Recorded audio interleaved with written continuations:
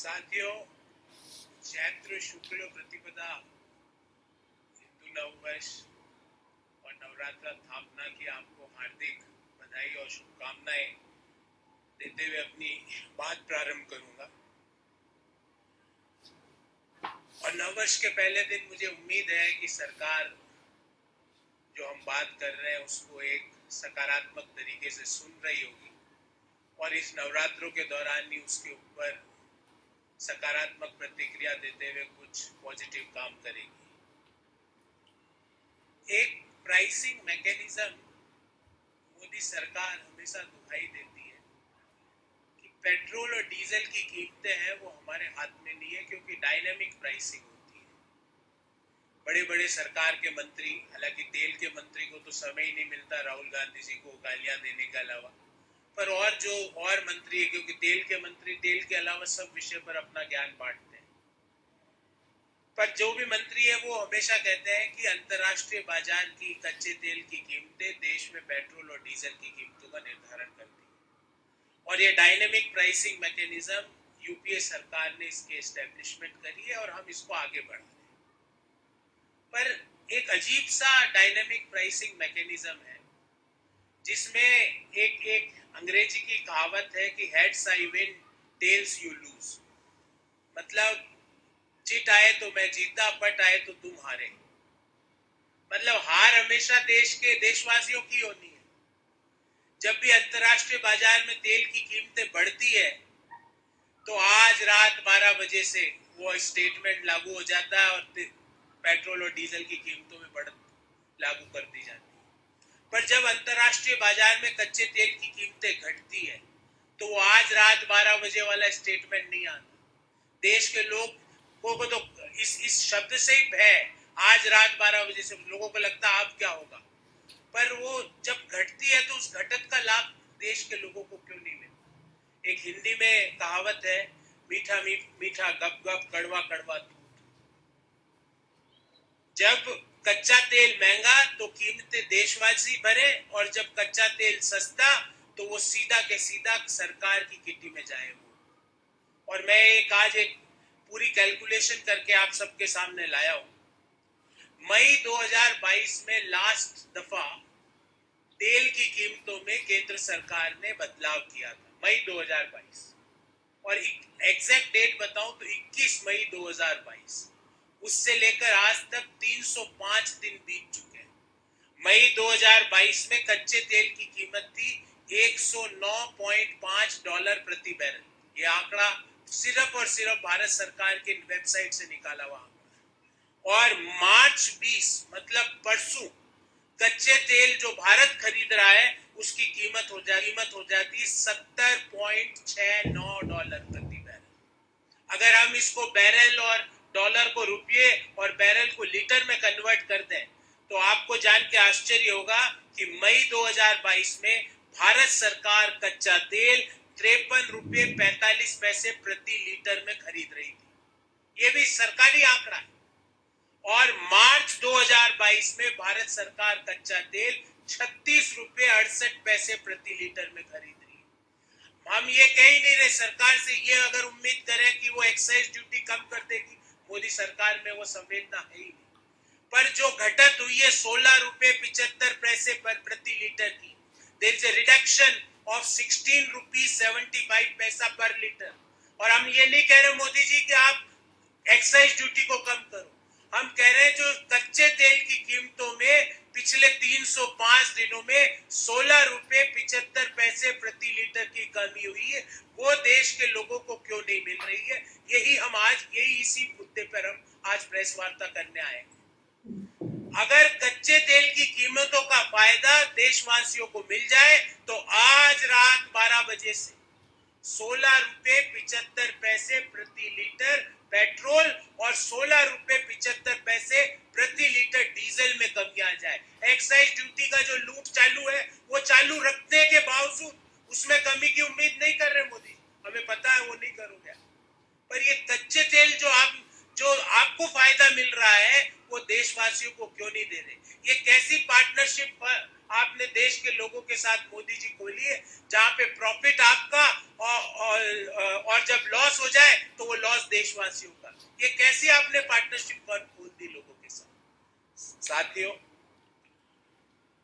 Excise duty के बारे में उम्मीद करना इस सरकार के सामने बीन बजाने के बराबर है, क्योंकि मई 2014 में जहां पेट्रोल पर 9 रुपए 20 पैसे प्रति लीटर एक्साइज ड्यूटी थी, आज भी 19 रुपए 90 पैसे है। डीजल पर जब 3 रुपए 46 पैसे थी, जब यूपीए सरकार 2014 में यूपीए ने एनडीए मोदी जी को सरकार चलाने का देश के लोगों ने मौका दिया, जब 3 रुपए 46 पैसे प्रति लीटर थी, आज 15 रुपए 80 पैसे। हम आपसे एक्साइज ड्यूटी की कमी नहीं मांग रहे मोदी जी, आप अपनी लूट चालू रखो एक्साइज ड्यूटी में जो आप कर रहे हो, पर जो कच्चा तेल आपको सस्ता मिल रहा है, जिससे 16 रुपए 75 पैसे प्रति लीटर लोगों को फायदा मिलना चाहिए, वो आपने रोक क्यों रखा। दूसरा मुद्दा साथियों, और ये भी बहुत महत्वपूर्ण मुद्दा है, तेल के मंत्री जी नहीं समझते हैं ये बात, क्योंकि उन्हें टाइम ही नहीं है सिवाय ट्वीट करने के। बहुत हल्ला गुल्ला हुआ साथियों कि रूस से कच्चा तेल सस्ता मिल गया। आपको भी याद होगा, कई बड़े बड़े मंत्री बड़े बड़े सम्मेलनों में कहते थे कि मोदी जी ने रूस यूक्रेन वार के दौरान यूक्रेन के बमों को पकड़ लिया ताकि रूस से कच्चा तेल हमारे यहाँ सस्ता आ जाए। ऐसी बातें भी हुई, ये मैं अपने मन से नहीं कर, ये बमबारी बंद करवा दी, 4 घंटे तक बम हाथ में कैच कर लिए, ऐसी बातें भी हुई। पर आज वही सरकार कह रही है कि $2 प्रति बैरल का मात्र फायदा हुआ है रूस से कच्चे तेल में। तो वो लोग झूठ बोल रहे थे क्या पहले, जो कह रहे थे $40 $45 प्रति बैरल से रूस से कच्चा तेल आ रहा है, आज कह रहे हैं $2 ही हुआ है। तो या तो वो झूठ थे या ये सरकारी आंकड़ा झूठ है। कौन झूठा है मोदी जी बताइए देश को, क्योंकि आपके मंत्रियों ने कहा था $45 प्रति बैरल से। मोदी जी ने रूस दुनिया की परवाह किए बिना रूस से कच्चा तेल सस्ते भाव में खरीद लिया। आज सरकारी आंकड़ा कह रहे हैं कि 9 महीने में मात्र $2 प्रति बैरल का फायदा हुआ रूस से कच्चा तेल लाने में, जबकि पहले हमें बताया गया कि $45 प्रति बैरल में कच्चा तेल आ रहा है। कौन है झूठा? देश आज से जानना चाहता है मोदी जी, और यही नहीं जानना चाहता, देश ये भी जानना चाहता है कि पीएसयू रिफाइनरी के अलावा, और ये बहुत महत्वपूर्ण मुद्दा है, इंडियन ऑयल, बीपीसीएल, इनके अलावा भारत सरकार की रिफाइनरीज के अलावा रूस से किन किन प्राइवेट रिफाइनरीज ने कच्चा तेल किस भाव में खरीदा है, क्योंकि सूत्रों की माने तो कई लोग इसमें लगे हुए हैं, और जो इंडियन ऑयल को भाव नहीं मिला उससे काफी कम भाव उनको मिला, और जो भारत सरकार के मंत्री $45 और $40 प्रति बैरल बोल रहे थे, वो शायद उन लोगों को मिला है। तो वो कौन लोग हैं जिनको रूस से कच्चा तेल मिला और उनको किस भाव में मिला? इस बाबत साथियों हमारे 4 सवाल हैं। पहला, देश के उपभोक्ताओं को कच्चे तेल की फॉल में, कच्चे तेल की में जो कीमतों में कमी आई, उसका फायदा क्यों नहीं मिलता है? मोदी जी आप देश को बताइए, ये कौन सा मॉडल है आपका कि मीठा मीठा गप गप कड़वा कड़वा दूध? ये कौन सा मॉडल है कि heads I win tells you lose, मतलब जीत सरकार की होगी, ऊपर जाए तो आप भुगतो, नीचे आए तो मैं रखूंगा। दूसरा, पिछले 305 दिनों में कच्चे तेल की कीमतों में 16 रुपए 75 पैसे प्रति लीटर की कमी हुई है, और ये गणना मैं आप सबके सामने करके यहाँ पे आपको दूंगा।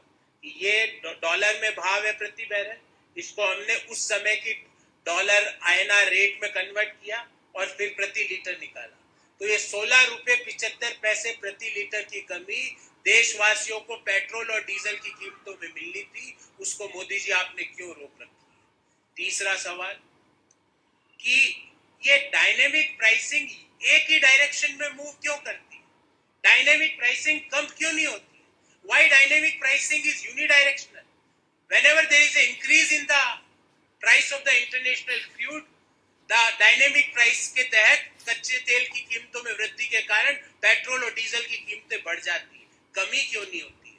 और चौथा और महत्वपूर्ण, पब्लिक सेक्टर की कंपनियों के अलावा किन किन प्राइवेट सेक्टरों की कंपनियों ने रूस से कच्चा तेल खरीदा, उनका नाम और किस भाव में खरीदा, और पब्लिक सेक्टर कंपनियों को रूस ने किस भाव में बेचा, ये सारी जानकारी देश के सामने रखी।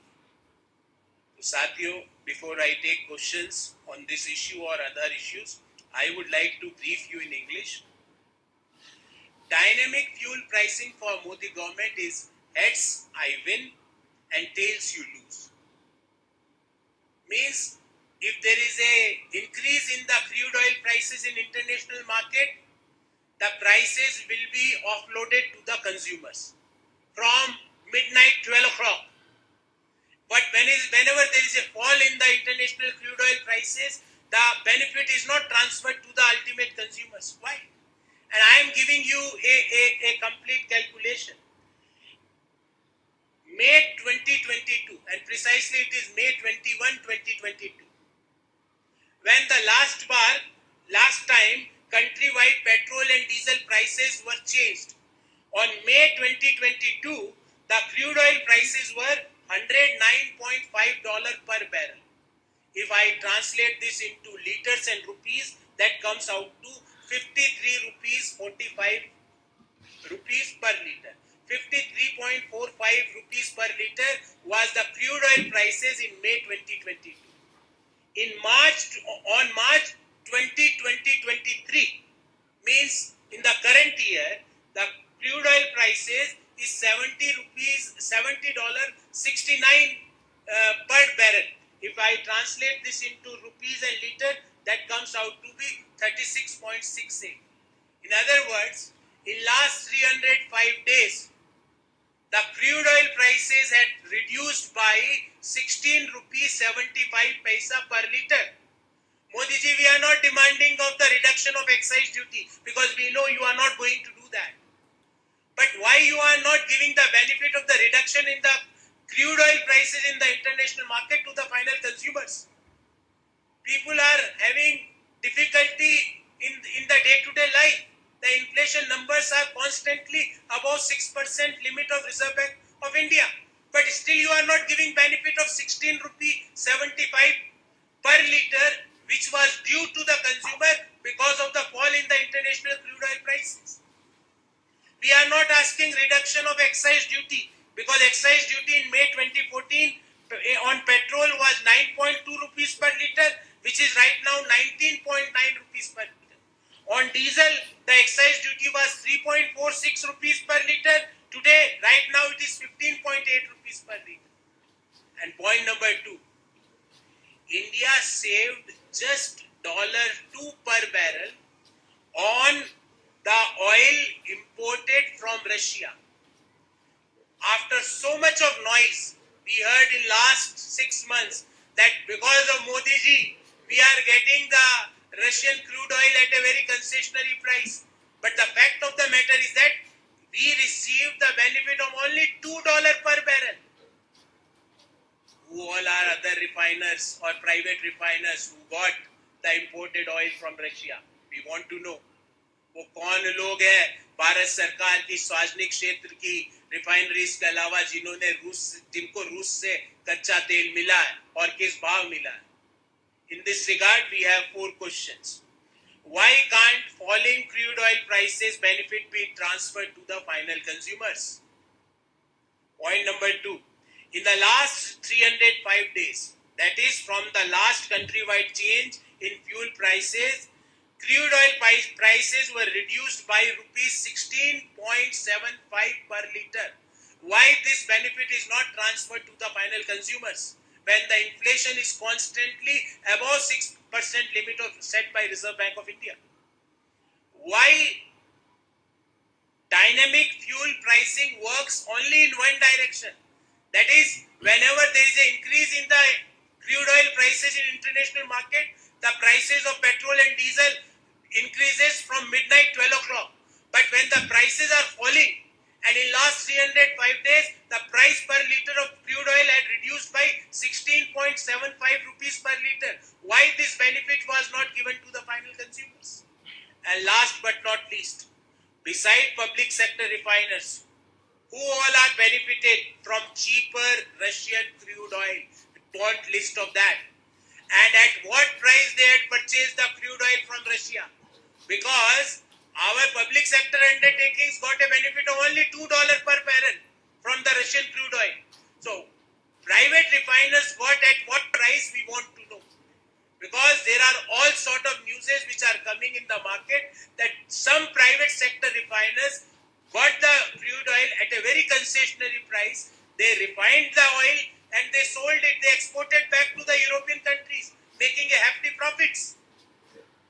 We want to know the name of those refiners.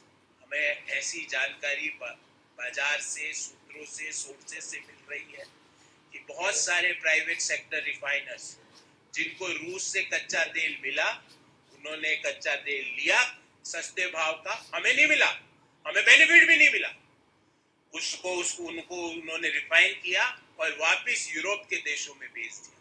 कौन है वो और क्या भाव में उनको मिला? That is all from my side. I am open for questions, first of all on the subject, and thereafter we will take a few other questions if we have.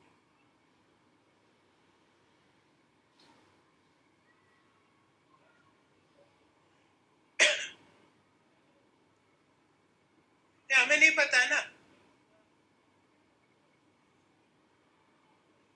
भाई, हम तो ऐसे मोदी जी तो है नहीं कि कुछ भी बोल के निकल जाए। हमें तो पूरी, और मैं तो आपको पता है बिना डॉक्यूमेंट्स के कोई बात नहीं करने वाला। तो ऐसी बड़ी जानकारियां हैं कि जो रूस से जो तेल आया उसका मात्र 1/4 पब्लिक सेक्टर रिफाइनर्स को मिला, 3/4 प्राइवेट रिफाइनरीज को गया। कौन कौन है? और ऐसी भी जानकारी है कि उन्होंने उस कच्चे तेल को रिफाइन किया और यूरोप के देशों को महंगे भाव में बेच दिया। वो कच्चा तेल जो मोदी जी, जैसा कि भारत सरकार के मंत्रियों ने बताया कि रूस यूक्रेन वार में मोदी जी ने बमबारी की परवाह किए बिना अपना जेट लेके वो निकल गए और लोगों को ले आए और कच्चा तेल भी ले आए साथ में। तो वो बताए कि वो 3/4 कौन कौन लोग हैं जिनको रूस से कच्चा तेल मिला और उनको किस भाव में मिला। क्योंकि ऐसी भी जानकारी है कि भारत सरकार की जो रिफाइनरीज है उसका भाव और उनको जिस भाव में मिला उसमें काफी बड़ा अंतर है। क्योंकि भारत सरकार के मंत्रियों ने समय समय पर अपने स्टेटमेंट्स दिए, तेल के मंत्री ने नहीं दिया क्योंकि वो तेल के बारे में नहीं बोलते, बाकी सब उनका पास ज्ञान है। वैसा स्टेटमेंट दिया कि $45 प्रति बैरल पे रूस से कच्चा तेल मिला, जबकि आज भी भाव भारत सरकार के अनुसार $70.69 प्रति बैरल है। हम तो कह रहे पहले तो ये 70 वाला बेनिफिट तो दो लोगों को, क्योंकि वो भी दे दोगे तो ₹16.75 प्रति लीटर पेट्रोल और ₹16 प्रति लीटर डीजल के भाव कम हो जाएंगे। और आप कह रहे हो $45 में आया, तो क्या आया क्या? अगर नहीं आया तो वो झूठ बोल रहे थे। उनके यहाँ हम तो कुछ बोल नहीं सकते उनको, या तो वो झूठ बोल रहे थे या ये जो जानकारी है ये झूठी है। तो हम पूछना चाहते हैं कि मोदी जी आप बताइए कि रूस से कितना कच्चा तेल आया, क्या भाव में आया और किन किन रिफाइनर्स को मिला हो। क्योंकि भारत सरकार के आंकड़े के अनुसार सार्वजनिक क्षेत्र की जो रिफाइनरीज है उनको मात्र $2 का फायदा हुआ प्रति बैरल, जिसका हाउल्ला हुआ कि जेट लेके बादलों को चीरते हुए निकल गए, किसी को रेडार के अंदर पकड़ में नहीं आए, वो सारा देखा देश ने। और बमबारी हो रही थी तो गोले पकड़ लिए हाथ से और वो फूटने ही नहीं दिए क्योंकि हाथ में इतनी ताकत थी उनके। तो वो सारा होल्ला के बावजूद भी अगर $2 का ही फायदा हुआ है और प्राइवेट रिफाइनर्स को ज्यादा फायदा हुआ है तो देश को बताइए, या बोलिए कि नहीं कोई प्राइवेट सेक्टर को रूस से कच्चा तेल मिला ही नहीं है। तो वो जो लोग जो लिख रहे हैं नाम लिख लिख के उनको कोर्ट में न्यायालय में पेश कीजिए कि वो कह रहे 3/4 कच्चा तेल रूस का प्राइवेट रिफाइनरियों को मिला और सस्ते भाव में मिला और उन्होंने उस पर हेफ्टी प्रॉफिट कमाया।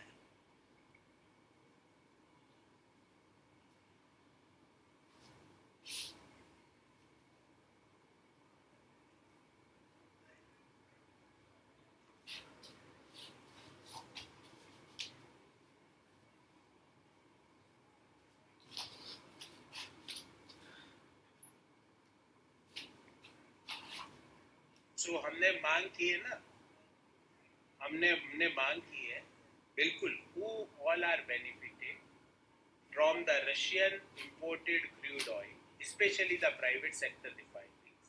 We want the list of those refineries. हम उन refineries का नाम की मांग कर रहे हैं, देश के सामने रखें, और किस भाव में उनको मिला ये भी देश के सामने। तो हम मांग करते हैं, हम मांग कर रहे हैं। This is our demand for today after today's press conference. पहली मांग तो हमारी देश हित में ये है कि एक बार रूस को आप साइड में रखें। 16 रुपए 75 पैसे प्रति लीटर आपके आंकड़ों के हिसाब से पिछले 305 दिनों में कच्चे तेल की कीमतों में कमी हुई है। वो बेनिफिट आपको, मुझे, किसान को, मजदूर को, मध्यम आय वर्गीय परिवार को, निम्न आय वर्गीय परिवार को क्यों नहीं मिल रहा? और ध्यान रहे, पेट्रोल और डीजल की जो कीमतों में अगर कमी होती है तो सारी चीजों की कीमतों में कमी हो जाती है, क्योंकि माल ढुलाई प्रभावित हो जाती है। तो जब 6% से ज्यादा मुद्रास्फीति, इन्फ्लेशन, महंगाई दर लगातार बनी हुई है, जो कि रिजर्व बैंक के हिसाब से चिंताजनक है, तो पहले तो ये 16 रुपए 75 पैसे प्रति लीटर की कमी करो आज रात 12 बजे से। और दूसरी, जो आपने जो सवाल पूछा कि रूस से जो कच्चा तेल आया, क्योंकि जो आंकड़ा आ रहा है सरकार की तरफ से, वो आज आ रहा है कि मात्र $2 प्रति बैरल का फायदा हो। पहले हमको बोला गया कि अंतर्राष्ट्रीय बाजार में कीमतें $110 है, मोदी जी $45 प्रति बैरल में है। तो या तो वो झूठे थे सब मंत्री, उनका लिस्ट मेरे पास है, मैं आपको दूंगा और देश के सामने भी रखूंगा। और अगर इनको फायदा हुआ है, अगर उस भाव में नहीं आया है, तो क्या प्राइवेट रिफाइनर्स को उस भाव में मिला? और अगर मिला है तो वो कौन कौन सी रिफाइनरीज है, उसकी पूरी की पूरी सूची देश के सामने रखते हैं कि क्यों वो रिफाइनर्स सस्ते भाव में रशिया का तेल रिफाइन करके यूरोप को बेच रहे थे। देश को नहीं दे रहे थे, यूरोप में दे रहे थे, क्योंकि वहां भाव बढ़े।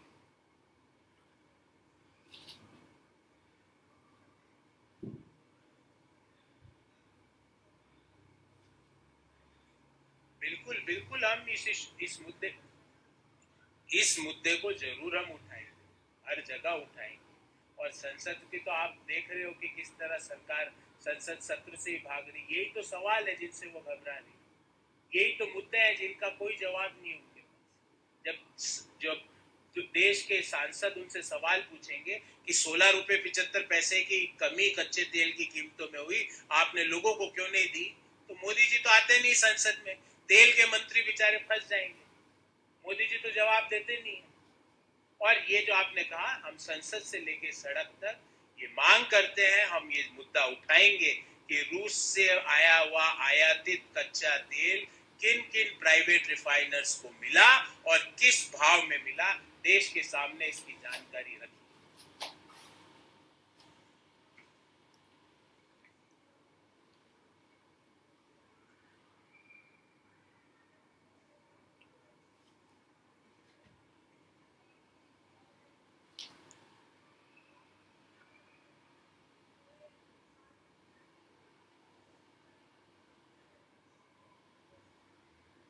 मुझे एक चीज बताइए, आटा ही नहीं हो तो आटा गूंदने की मशीन का क्या करूं?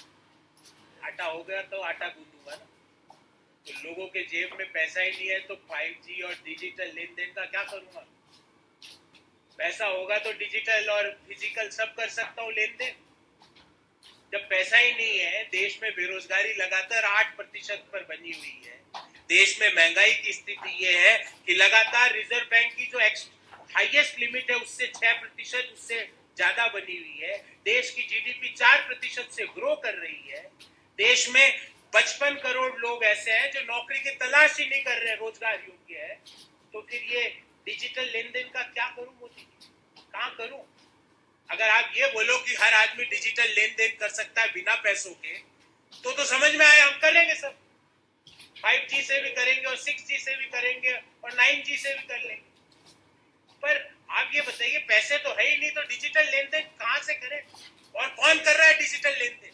देश का किसान कर रहा है डिजिटल लेन देन, जो 27 रुपए प्रतिदिन किसानी से कमा रहा है, वो 27 रुपए अपने पूरे दिन की कमाई का डिजिटली ट्रांसफर कर रहा है। देश का नौजवान करे डिजिटल लेन देन, 18 से 24 वर्ष की आयु वर्ग के लगभग 40% से ज्यादा युवा रोजगार को तलाश रहे हैं, वो करे डिजिटल लेन देन।